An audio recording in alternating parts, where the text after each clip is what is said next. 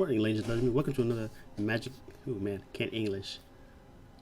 Welcome back, ladies and gentlemen, to another video with me, Drknative, on Magic the Gathering Arena. So today's deck is going to be on Gruul Stomp. I wanted to do a trample deck, but I didn't feel like going 100% all in on trample. But I like trample, and I like Gruul, and I like stomping things. So sounds like Gruul, right? So I decided to do a Gruul kind of trample stomp. I think the next, or not the next, but in the video coming up soon, I'm going to do a trample tribal, which I think will be fun. But for today, I decided to do more of a conventional stomp deck. Throw some little bit of ramp, throw some high value cards up mid game, and we just keep going with our value cards. So we have Elysian Curated for our mana ramp. It's a 1/1 for 2, but if we have a 4-cost creature or more in the deck, he produces 2 mana instead of 1. So we have Bone Crusher, which is a 4. We have Colossus, which when it does become a creature, if we happen to play it with enough devotion out, is a 4.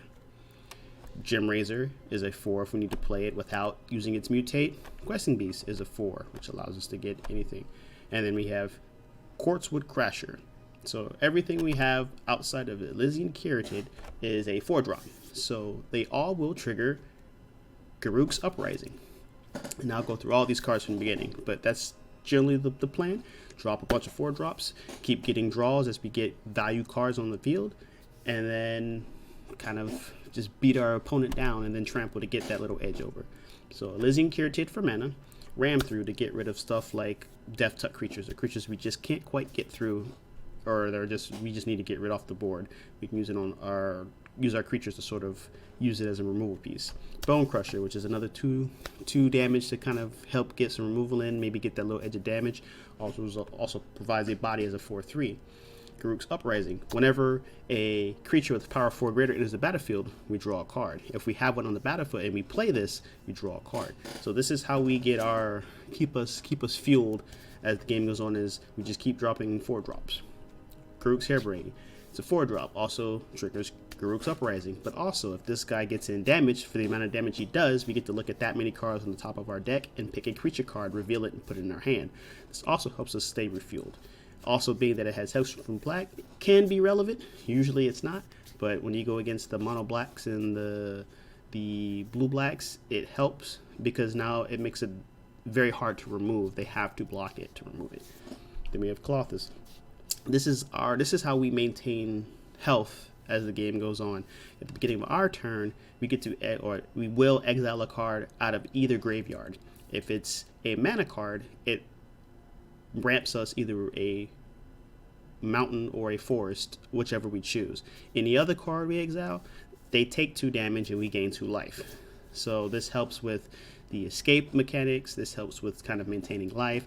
Also, if we get to the devotion of 7, he becomes a 4/5 indestructible creature rather than a 4/5 indestructible enchantment.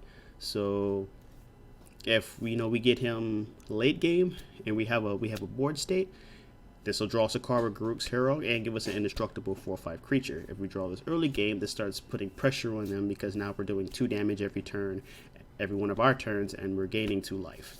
So this is a good early and late game card to have. Gem Razor. You should know this one by now. Reach 4/4 reach trample. You can mutate it to destroy an enchantment or artifact. Questing Beast, high value.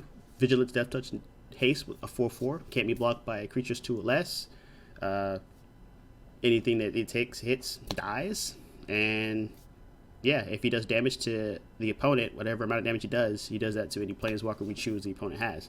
So we got Planeswalker removal, unblockable almost essentially, Death Touch. He's just a value packed in one card. And then Quartzwood Crasher. This is why we have this deck. He's a 6/6 for 5. He has Trample. Whenever a creature with Trample does damage to an opponent in that turn, however much trample damage you've done, you spawn a creature with that much power. So if he gets in with, I don't know,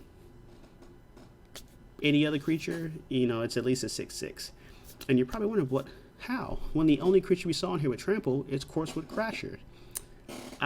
If you pay attention to your cards, Garruk's Uprising, not only does it give you a card draw, with a creature on the board that has 4 power, or when a creature with 4 power enters the board, all of your creatures have now trample. I cannot English. Now have trample. So, Garruk's Uprising enters the battlefield. If you control a creature with power 4 or greater, draw a card. Creatures you control have trample. That middle segment is the key to this deck. That's what we want. We want all of it. But the trample is what makes everything all of a sudden not so much fun if it wasn't fun already. Whenever a creature with power 4 or greater enters the battlefield under your control, draw a card. So, the theme of the deck is you get Elysian Curative, ramp a little bit, drop a Questing Beast, or a Garruk's Garruk, hit them, draw some cards, draw a card, draw 2 cards. You either get a Garruk's Garruk or a Garruk's Uprising, play a Garruk's Uprising, start filling your hands down. All of a sudden, that hand draw gets you into a Quartz. You play a Quartz. You now got everything with trample. You're hitting, which draws you more cards into getting a great hinge. And then once you get a great hinge, it's really hard to stop you. Once it costs X less to cast, where X is the greatest power among creatures you control. So if you even have a 4/4, it's going to cost you 5 to play. If you have Quartz with Crasher, it's going to cost you 4 to play. Not too bad, being that we have, I believe, 24 land. Yeah, we have 24 land, so you play this. Every time you tap it, you gain 2 life and 2 mana. So you're going to always be able to cast whatever you want. It being at 9 prevents it from being exiled by Ugin, because Ugin is still a thing. Ugin will be a thing. So when Ugin wipes your board, you still have a great henge. All you need is a creature. If he spends 4 mana to exile your board, the biggest thing he can exile is 3 cost permanents. And yeah, he could exile your Garruks or your Clothis or your Garruks or your Bone Crusher and anything else below that, but your damage is going to come from your Questing Beast, your Gem Razor, and your Quartz. So if you remove them once, it's going to be a minute before you can move them again. And with Great Henge, it allows you to quickly restock your board. Play a creature, draw a card, gets a counter, gain 2 life. So it's a very good card we have in the deck. Is sort of our like final push to make sure we get to our opponent. But that is the deck.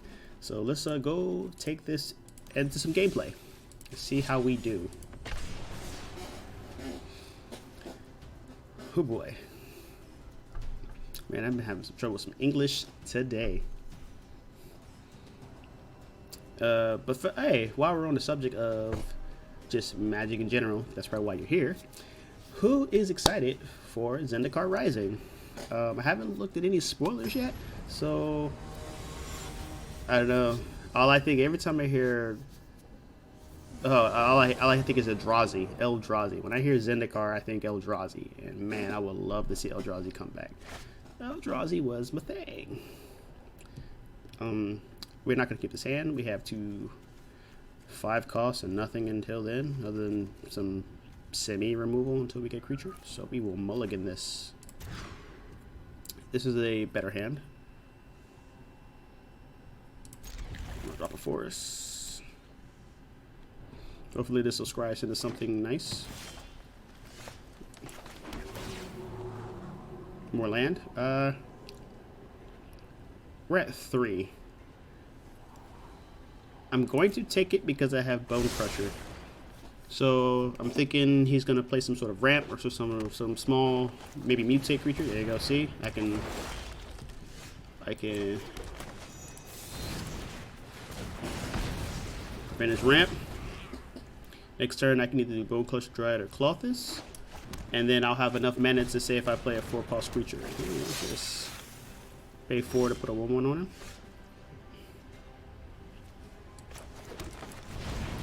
So I'm going to do Bone Crusher instead of Clothis, because if I play Bone Crusher with the 4 mana, or with the 3 mana now, I can Garruk's Garruk, draw a card, hopefully draw into something to kind of steamroll us going. This also prevents that if he decides to pump it for 2, I could still block it. Or pump it to give it 1. Ooh.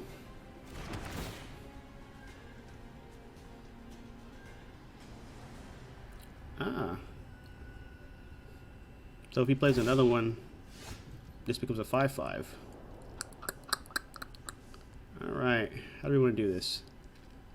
If I play this, that leaves me 1 land, so I can't play anything else, but I draw a card.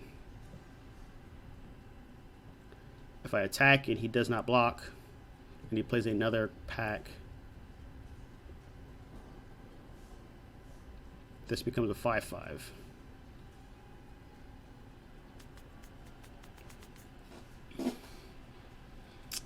I'm gonna hold it on the blocks. I'm gonna draw a card.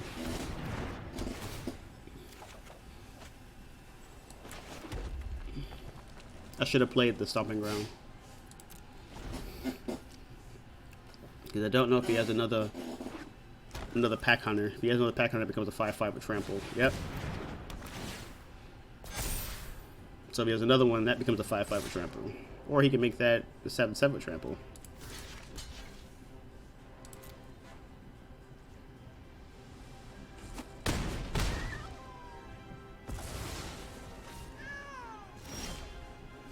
Alright, how do we want to do this? That could be possibly 10 coming my way. So I can do this to get 2 back. I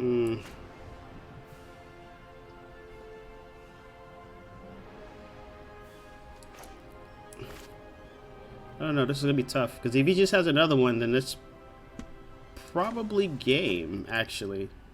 There's just gonna be too much damage on the board. I can, like, kind of buy a turn, maybe.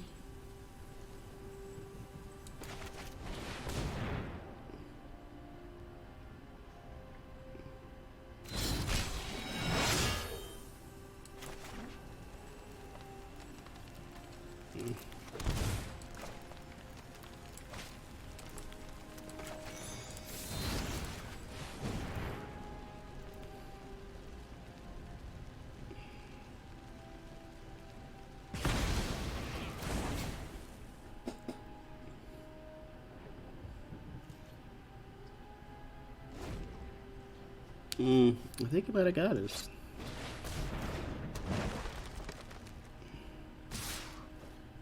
Eight. What's it say? 8?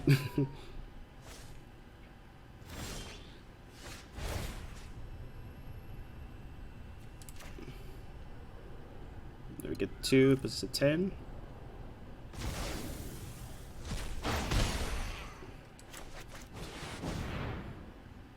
So this should activate him. So now we got a 4/5. Draw a card. Oh no, we don't. 1, 2, 3, 4, 5. Ah, we're off by 1.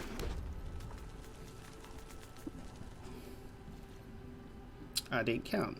Me no math well.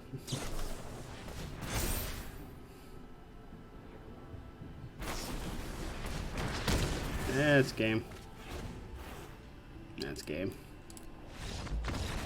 Pack hunter, huh?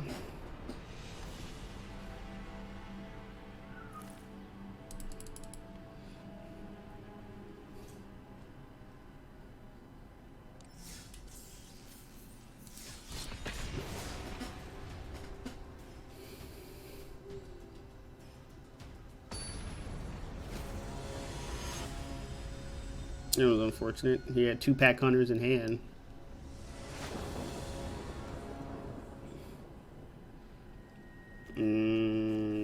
Not really feeling it, because they're first and we only have 2 land, but I'm going to keep it anyway. There goes 4 land.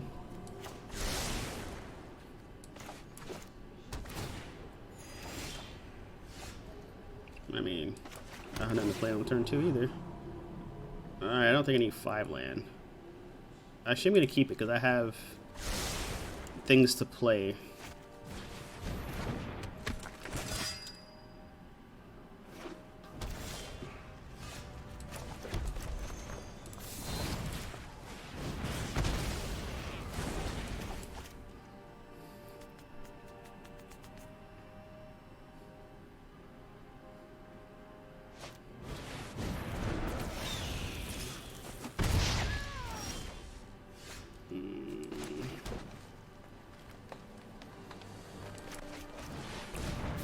This, because this helps me get this down. and then we can start kind of going off.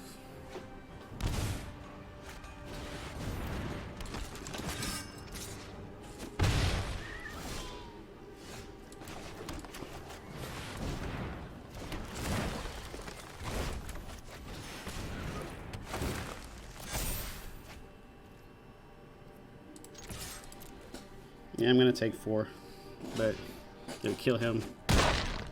Either way, it took 4.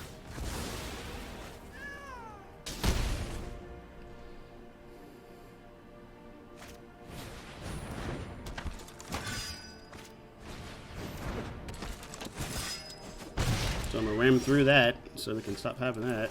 Actually, let's play that. Make that bigger.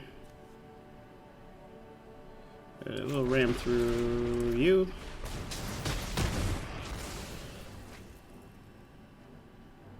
I can still play it, huh? Yeah, why not? Alright.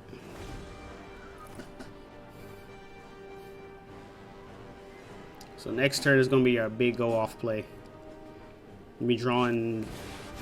Oh, Winota.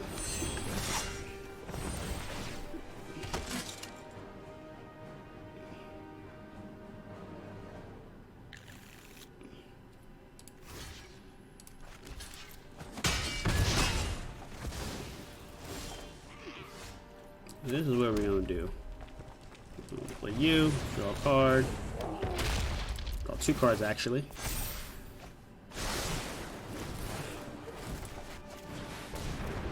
Draw 2 more cards. Alright,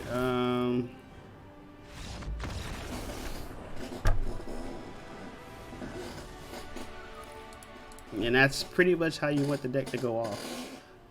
Oh my goodness. Yeah, why is it rolled up like that? Oh no.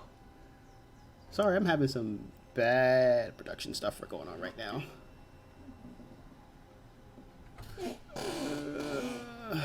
This is not good.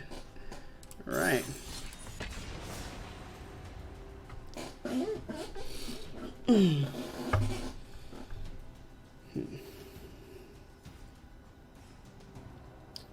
But that's what you want.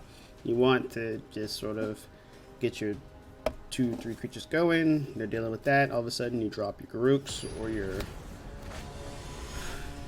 hinge, and then just get insane value. Just give me the value. We'll keep. This gives us our Bone Crusher on turn 2. Or sorry, turn 3. Alright, here we go. If it kills that, we're in trouble.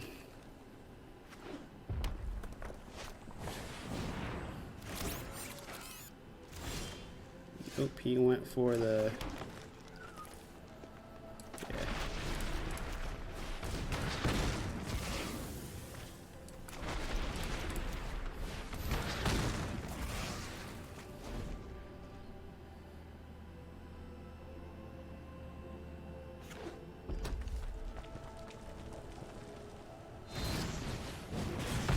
Yep, now we're in trouble. Yep. Here we go.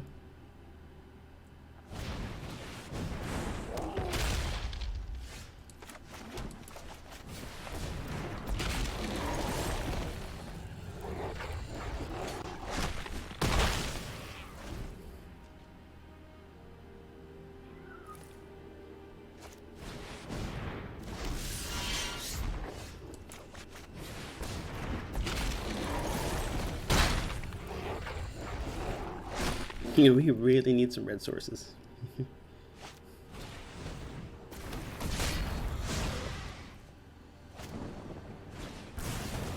Double shot.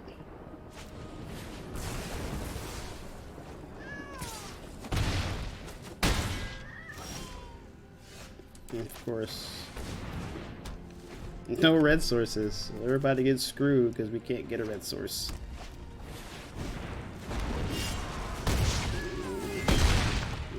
pretty much game. No red source, of course. Holy crap, there's a red source. It's too little too late now. So how many cards do we have? That's 5, 6, 7, 8, 9, 10, 11, 12, 13, 14, so on the first 15 cards we got one red source. But that's game, doesn't matter. Because they're gonna hit for 2 more each. So that's a 4-4 and that's a 3-3. Yeah, okay. You didn't have to do all that.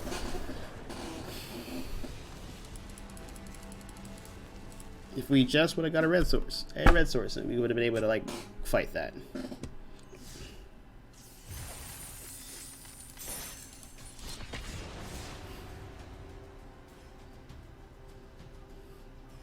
I probably misplayed that. Instead of double ramming through, I should have just played the Bone Crusher, not even using the Stomp, just play the Bone Crusher, so I'd have a 4-3 with the red. So if he dealt with the 1-1, he'd still have to deal with the 4-3, but he did have double shock in his hand.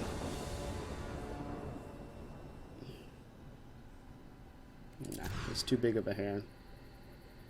I mean, I guess I gotta do something. I need 3 mana. I have to have 3 mana for this hand. I guess get rid of the ram through.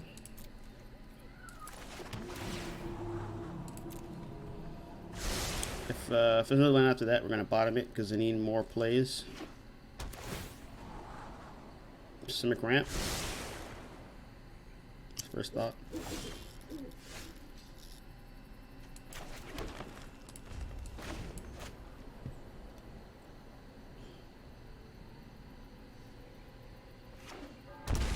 No.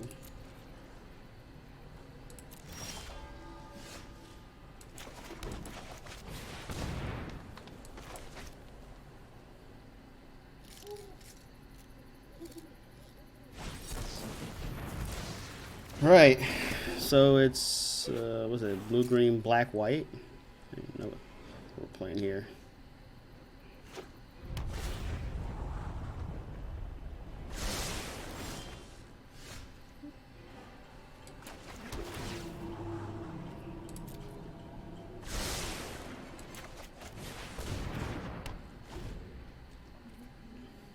So this way, next turn, I can like pay to 2, Bone Crush, and play him as a creature.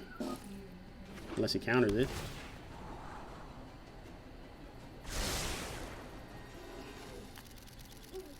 To pay at least 2. What the heck?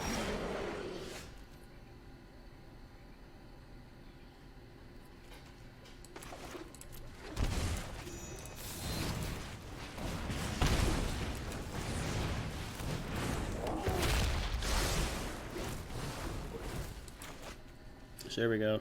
Draw a card. Kind of feel because we're running low on fuel. I suspect a counter spell.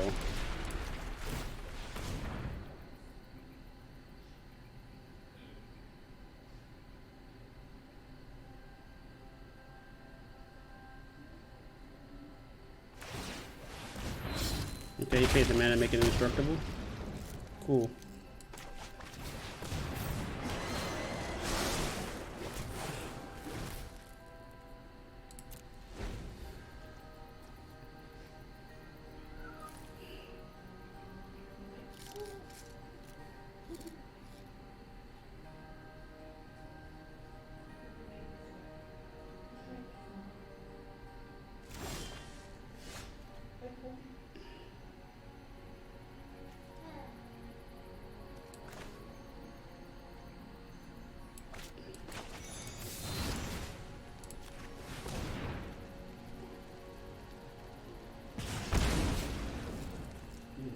He wants to counter something. Rather him counter this. Oh, what? No counter?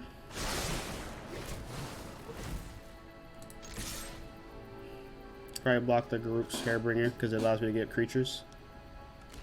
And then pay to 3 to make it indestructible.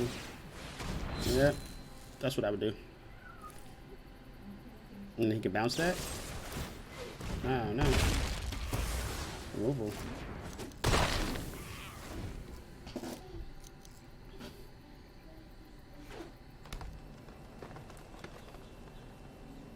So he's 5 colors. He wants to play the Sentry. For what, though?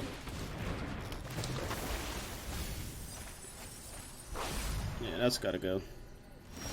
That's probably key to something.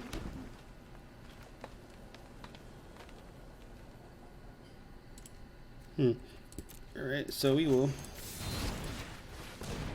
You can counter that? Nope.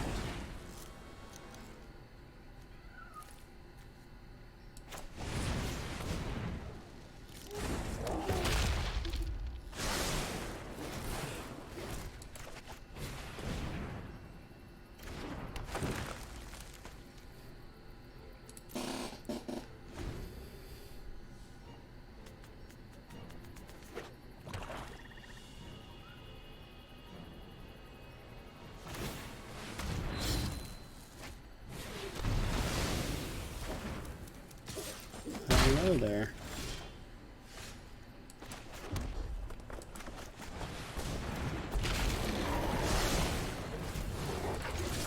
Right. Start drawing land. So he's pretty much got a handful of removal.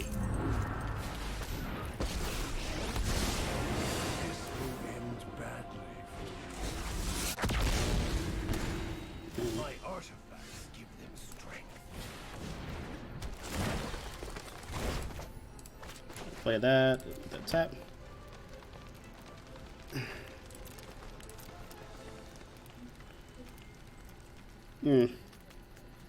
He doesn't have the mana to give it hexproof. Or indestructible, should I say.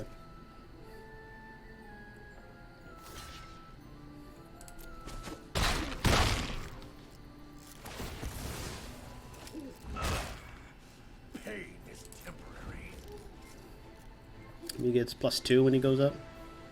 For every artifact you control. So he controls 1 artifact. So he's going to gain 1 life unless he plays another artifact. So he's playing like an artifact stack. So it's in his hand. He can pay it for 2. So he can gain 2 life. And have a body blocker.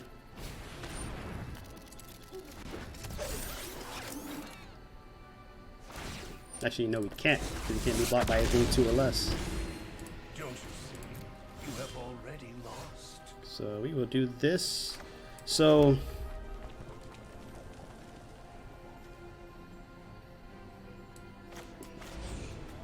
nice.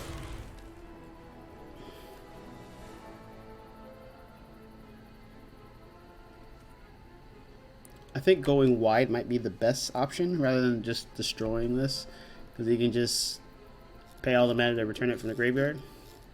So actually I'm just gonna regular cast it. Try to draw some more creatures and go wide. Or get double ram. I mean, that'll work. And we go face.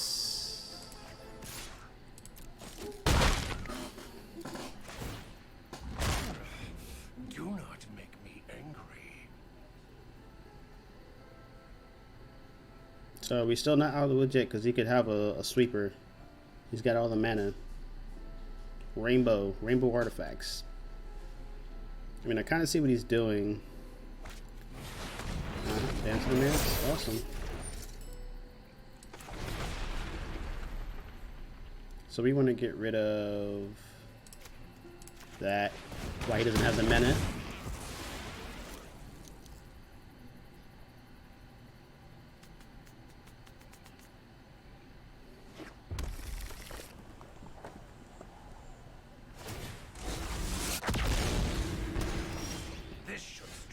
That's not good. We keep getting mana. If I attack, they both die, and he's left with 1 creature. 4/4 to 4/4, and then he'll do a 5. Double block the 5.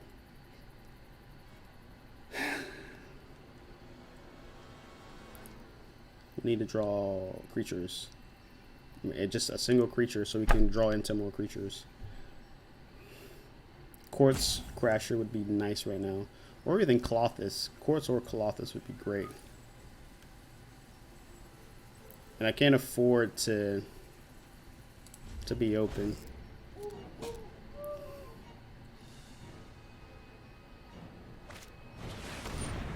But now he's gonna hit me for 1, 2, 3, 4, 5 and gain 5 life.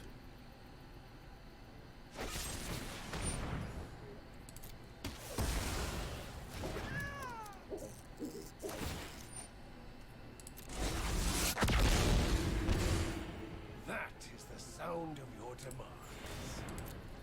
I need a creature. Please, come on. Draw me a creature. Draw me a creature. Draw me. Oh, that's game. That's 8 damage. Yeah, well, let him have it. That's game.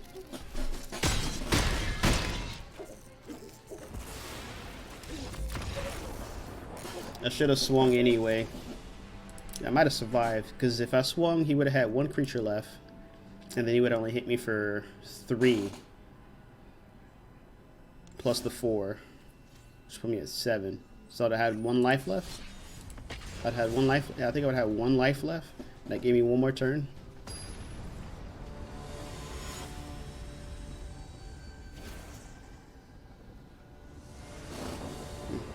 This will be the last game here. I think we're going on like 32 minutes now. Alright, let's see if we can win this one. Or second. Maybe. I mean, it's a good hand. It's unfortunately, we're on the draw. So if it's mono red, it's going to be a problem.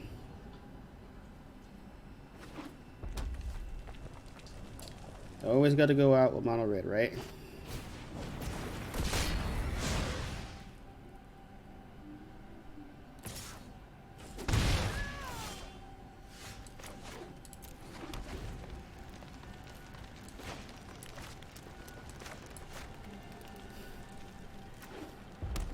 Fervent Champion number 2. Sports Store.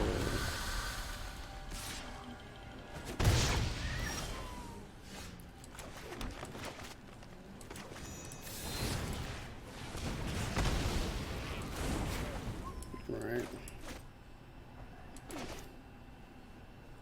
So, maybe I give up damage to play Colossus. Maybe not, because the only thing they have is 1 thing, so that's only 1 turn of 2 life.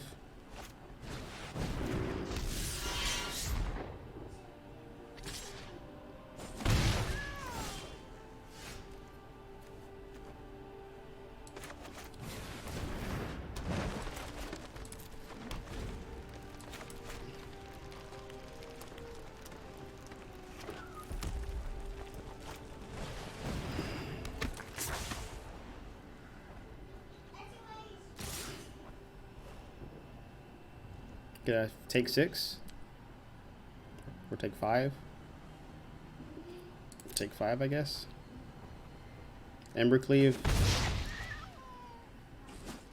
No, man is not up. So what do we do? How do we get out of this? Didn't draw land.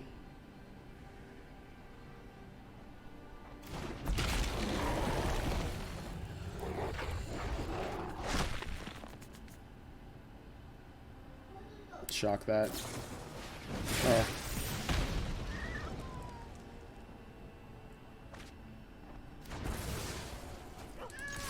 He can block now.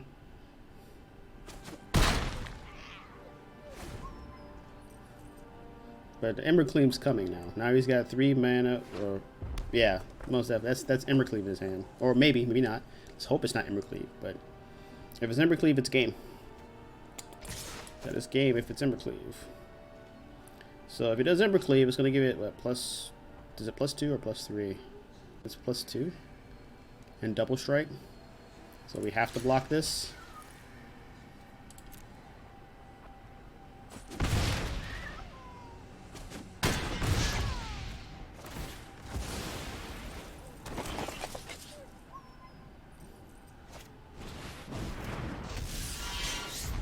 with another Annex. You're so freaking late, kiddo.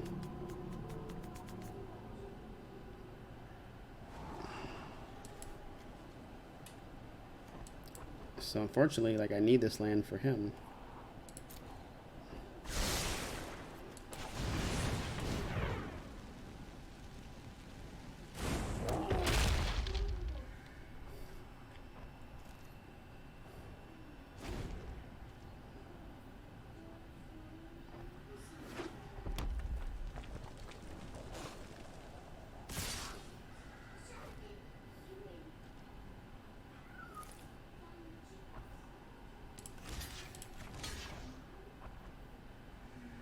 It's 5.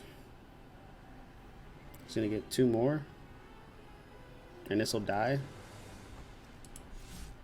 If I block, so I'll take 4, 5, 6, 7.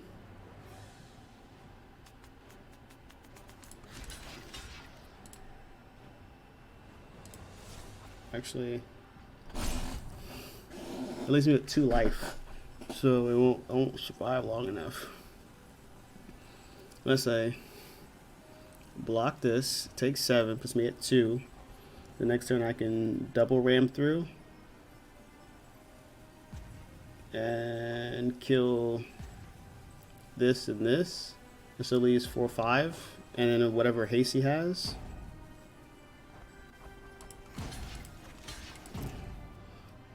I don't have enough life.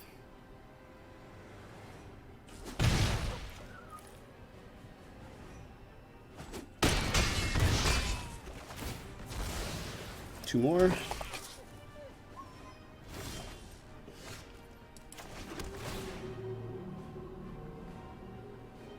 And that's still game. I feel like I might block 1. Man. Yeah, mono red's just mono red's mono red.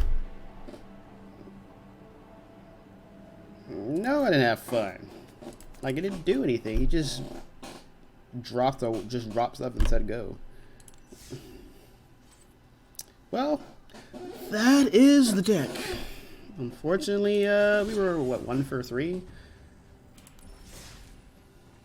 Yeah, so yeah, I mean, that's a fun deck to play when it goes off. Like, when it goes off, it goes off. That is for sure pretty good.